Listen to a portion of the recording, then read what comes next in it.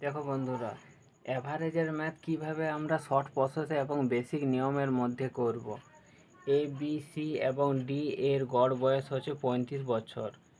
এ এবং বি এর গড় বয়স 40 বছর এবং সি এবং ডি এর গড় বয়স হলো 30 বছর। এ ও ডি এর বয়স হলো যথাক্রমে 28 বছর এবং 42 বছর।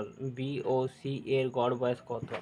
তো এখান থেকে দেখে নাও যে A plus B plus C plus D এদের গড় বয়স হবে 35 × 4 = 140। এটা হয়ে যাচ্ছে এত মোট বয়স।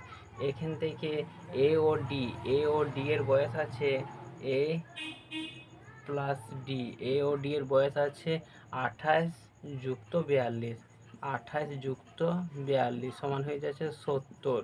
তবে এখান থেকে বি প্লাস সি এর মোট বয়স হয়ে যাচ্ছে, বিয়োগ করলে পাই যাবে 140 থেকে 70 বিয়োগ করলে 70। তবে বি ও সি এর গড় বয়স কত? তো বি ও সি এর গড় বয়স হবে ভাজিত 2 সমান হয়ে যাচ্ছে 35 বছর। 35 অপশন সি।